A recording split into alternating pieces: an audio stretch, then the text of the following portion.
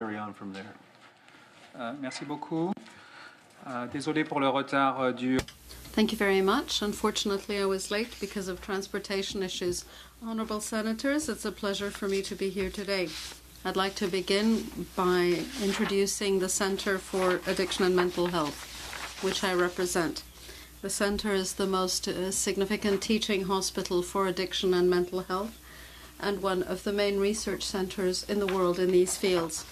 I am the physician responsible for outpatient treatment for addiction, and I'm also a clinical researcher who's been working on cannabis for some 15 years.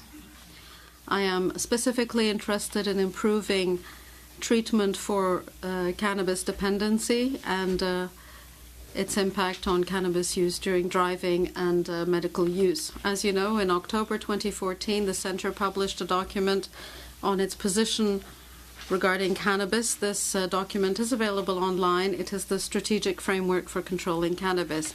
I had the honour in taking part in formulating recommendations with other physicians and researchers, including Dr. Benedict Fischer and Jürgen Rehm. We examined current knowledge on cannabis control and came to the following conclusions. Cannabis consumption involves 3 significant health risks, particularly for those using it frequently or those who begin using it when young. Criminalization exacerbates those problems and causes social harm.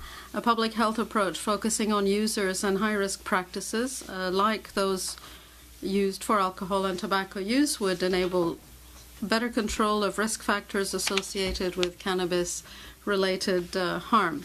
We concluded that legislation associated with strict regulations on health would reduce the harm associated with cannabis use.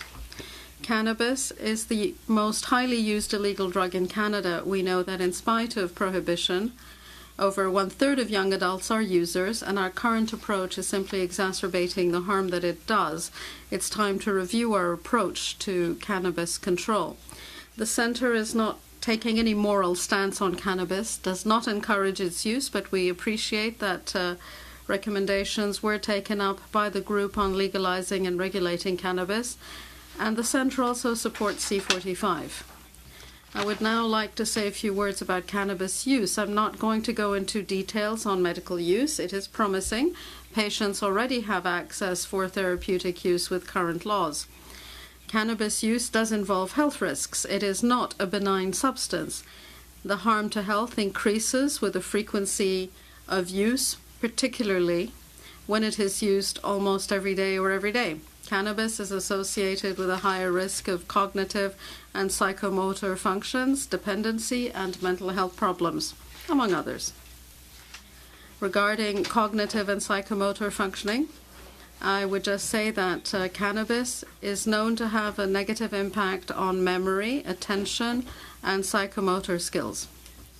Frequent use can reduce motivation and learning.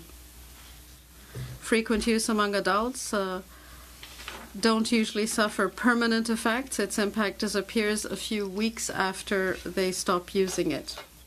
A significant public health aspect is the use of cannabis on its impact on the skills needed to drive a car. Even though alcohol does seem to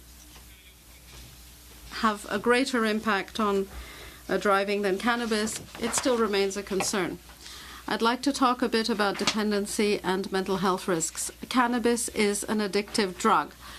When usage is stopped after regular prolonged use, there are recognized withdrawal symptoms, anxiety, dysphoria, difficulties in sleeping, irritability, and anorexia.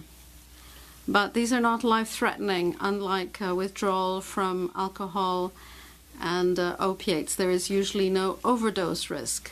The main challenge is loss of control over the frequency of use, and this is a percentage of users who do become addicted, particularly among the young. 9% of people who have already taken cannabis develop dependency. A greater percentage of users have some moderate addiction difficulties. Most of them will not need specialized treatment. The group, in association with the Cochrane Group, have assessed all published literature dealing with treatment for cannabis dependency. The good news is we have effective treatments, psychotherapeutic treatments like cognitive and behavioral therapy, as well as motivation therapy, are effective. Less good news, we don't have drugs that are useful at the moment. As for mental health, there's a strong statistical relationship between cannabis use and mental health problems like psychotic, depressive, and anxiety problems. Among certain subjects, cannabis exposure can lead to psychotic symptoms.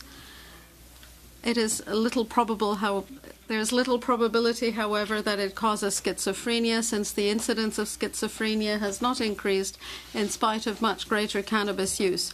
In the past few years, THC use has multiplied fivefold, but we don't see an increase in the prevalence of schizophrenia.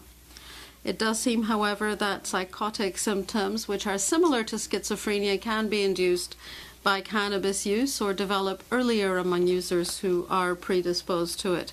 There is an association between cannabis use and anxiety. An analysis of studies shows that frequent cannabis users are at increased risk of becoming depressed. There is a low risk of depression among intermittent users. With regard to anxiety, that relationship is less clear-cut.